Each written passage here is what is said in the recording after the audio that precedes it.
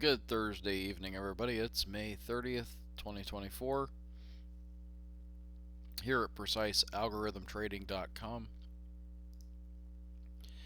And like every other day, let's talk about the markets. So, our automated trading systems, I'm not going to spend a lot of time here. They continue to pull back, but they're starting to have a little bit of some wins along the way. The Russell actually had an update today, which is about time. The NASDAQ revised vert thing here really is um, a little bit of back and forth. And again, I'm expecting it to bounce any time now because we're hitting that, you know, muted uh, reversion level. Basically, the pullbacks in this thing are just a lot shallower than the ones in the older version, which is what this is. So the older version's still selling off, and it's even got some back and forth too. So um, really doing what it's expected to do, and yeah, still always looking to improve, but there's some okay stuff going on there, and I think this system is going to prove itself to be much better than this system in the long run. At least easier to stomach, which is a big part of trading. All right.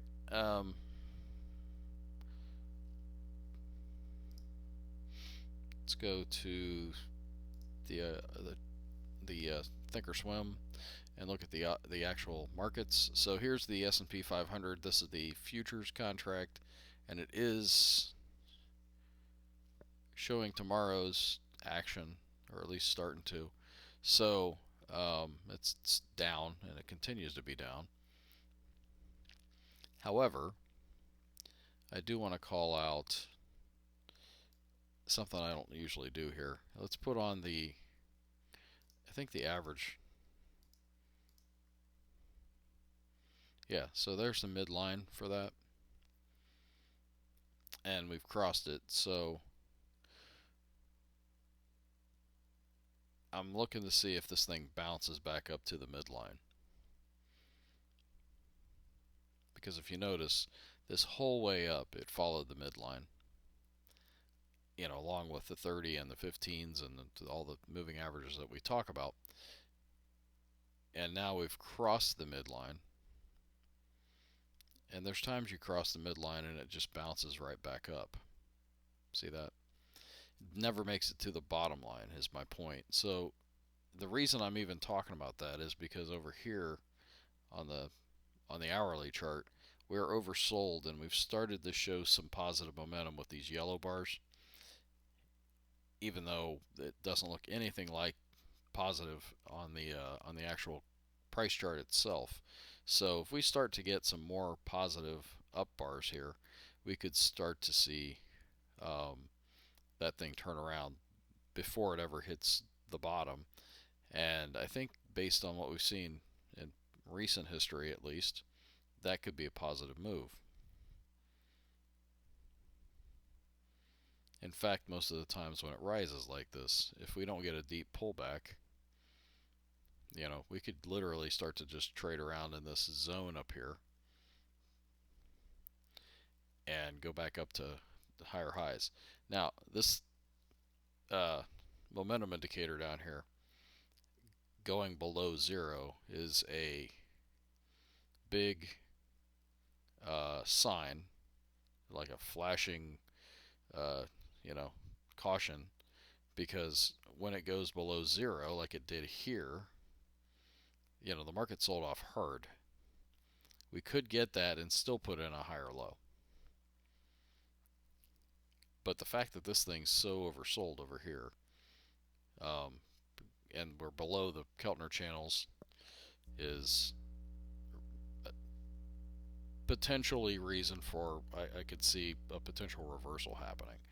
Now, I think we're going to have to see some candle wicks, some tails, and We don't see anything like that right now because this thing has been quite a sell-off. I think we're going to need to see like these candles back here. When it really started to think about reversing, you got these wicks to the downside. So, anyways, that's the S&P. So the S&P was down today 0.6%. The Dow was down 330 points for a second type of day. This thing has just been totally, and again, this is what I'm talking about. Momentum starting to pick up. This thing's almost oversold and in the lower reversal zone. It doesn't have that much further to go. That's after it hit 40,000, by the way. So that's always kind of funny to me. We hit that new high, everybody wants to jump on board, and the market just takes them all back behind the woodshed and beats them. The market is relatively, I mean, it's a simple business. This is just a thing people say in the markets and have for years. It's a simple business, buying and selling, but it's not an easy business. So, handling your stops, getting stopped out, that stuff is not easy. It's not easy to take. It's a psychological game, but um, you learn to deal with it. Just like any business, there's a downside, and what we're trying to do is just always have an edge. But again, when this thing went below zero, which is a couple bars ago, I mean, it continued to go below zero. Now, it doesn't always do that. Sometimes it reverses, especially when you have a squeeze on.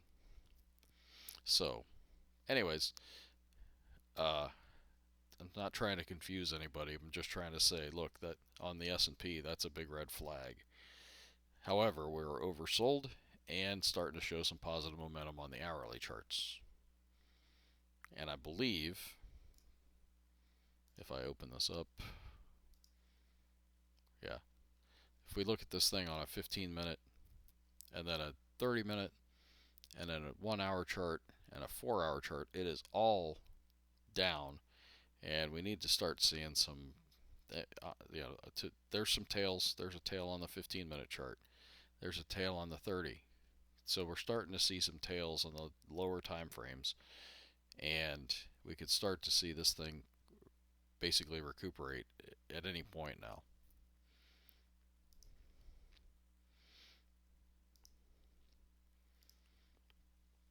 Come back to those. The Russell today, I'm sure it went down. IWM. No, it didn't either. It went up by 0.95%. So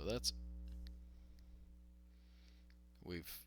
This is kind of what I'm talking about. You can get some like price going sideways while this thing goes down and just curls back up again. We got positive momentum over here on the hourly while we're still having negative momentum on the daily, even though the price moved up. That's some of what creates the positive momentum. So now we've got some green candles showing up. We've got positive momentum above zero on the oscillator and the potential to come out of this.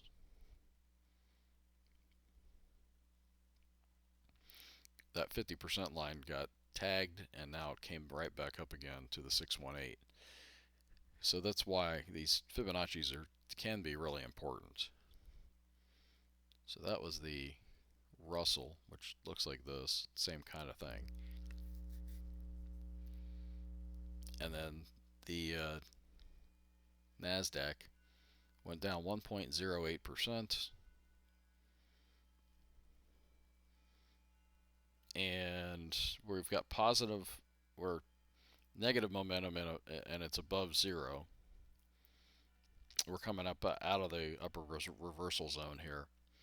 And if I was long just the NASDAQ by itself, this arrow right here would make me want to pull my stop way up tight and be ready to get out, or just take my profit and get out at the open tomorrow and be done with it. Those are two really good options for dealing with that situation when you get that down arrow like that. If you set your stop tight and this thing goes right back up again, which I could show you examples of something like that, it might be able to withstand the stop without getting stopped out.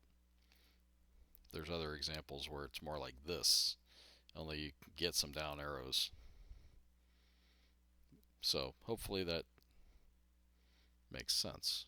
So I would set my stop tight if I was in this thing, and I'm not. Just to be clear, I'm not in the Nasdaq straight up. There are times when I would be in the Qs, so let's look at the Qs. And that would be an example where you'd want to pull your stop, except it took that stop out if you were already that tight, but you got the down arrow here, so you'd have to really want to tighten up your stop. The odds of this thing going down from here are pretty good.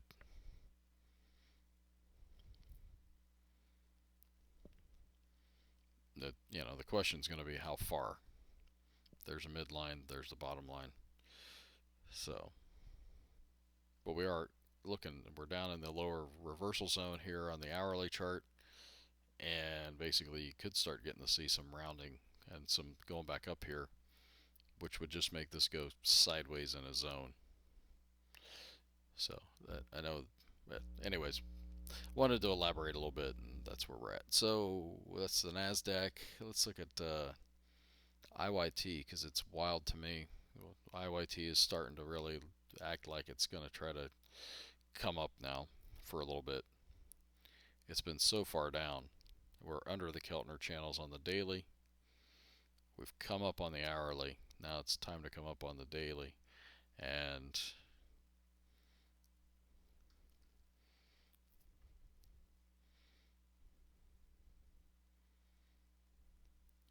we'll see what happens with this potential head and shoulders. Although I don't think it's a very clean looking head and shoulders at this point.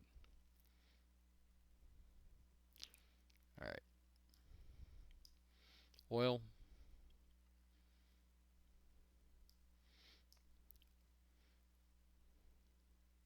Full disclosure, I got in a partial position on this pullback. I got into a full position on the deeper pullback. My stop is 2 pivots back. We're in a squeeze on the momentum indicator. We're oversold. I'd love to see this thing start to turn yellow and go back up again from here. If not, I'm totally willing with this risk to just get out if it breaches my stop. It happens to be in a downtrend after a momentum wave up, and if we break above this downtrend line again, I could see potentially a whole nother wave. That's the logic behind it. We'll see if it plays out.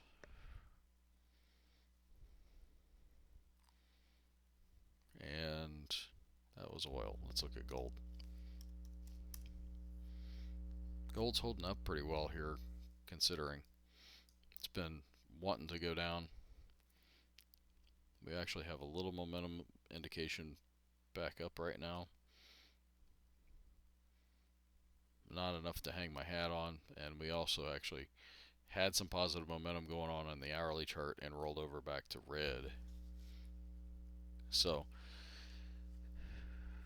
still distancing myself from gold for the moment. And bonds. Oops.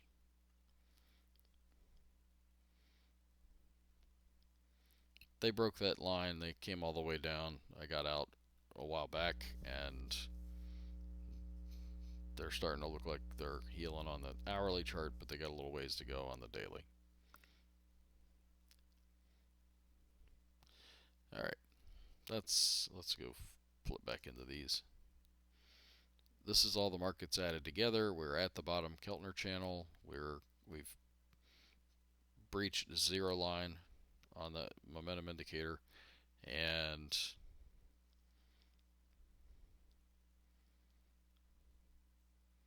I'm still looking for tails here too. The VIX has come back up into the Bollinger Bands. I would expect to close above the Bollinger Bands, maybe going into the weekend, maybe even into Monday, and then a close back below possibly. That typically would be, this is one where it closed above and then came back. Then you still got some volatility in the next day or two, but then the market came back in. And so when the VIX comes down, the market went up. And, again, we get sometimes these, kind of looking for something like that before it, so that we don't get, we're going to have I'm looking for a muted response just because the bullish percent indexes generally are still positive. If the bullish percent indexes roll over and they're all negative, then I would expect some higher volatility again.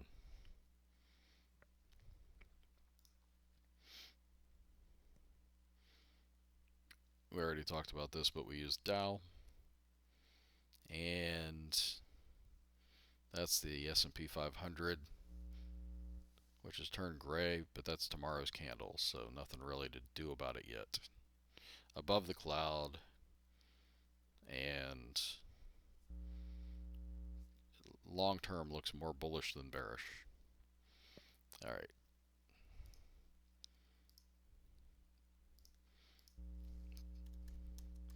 The bullish percent indexes to wrap this up. The industrials minus 5% and two more O's to the downside. The NYA minus 0.67% in a column of X's. Transportation index didn't move. The NASDAQ minus 0.45%. The S&P 500 tacked on a new O today, down 3.3%. The S&P 100, two new O's, minus 4.75%. Or sorry, 4.76%. And the NASDAQ 100, two new O's, down 7.69%. Wow. Still showing some pretty good strength to the downside, or weakness I'll call it, I guess. But again, looking for some capitulation, some tails, and that's what I got. Hope everybody's holding on tight, and we will talk to you again over the weekend review. Until then, take care.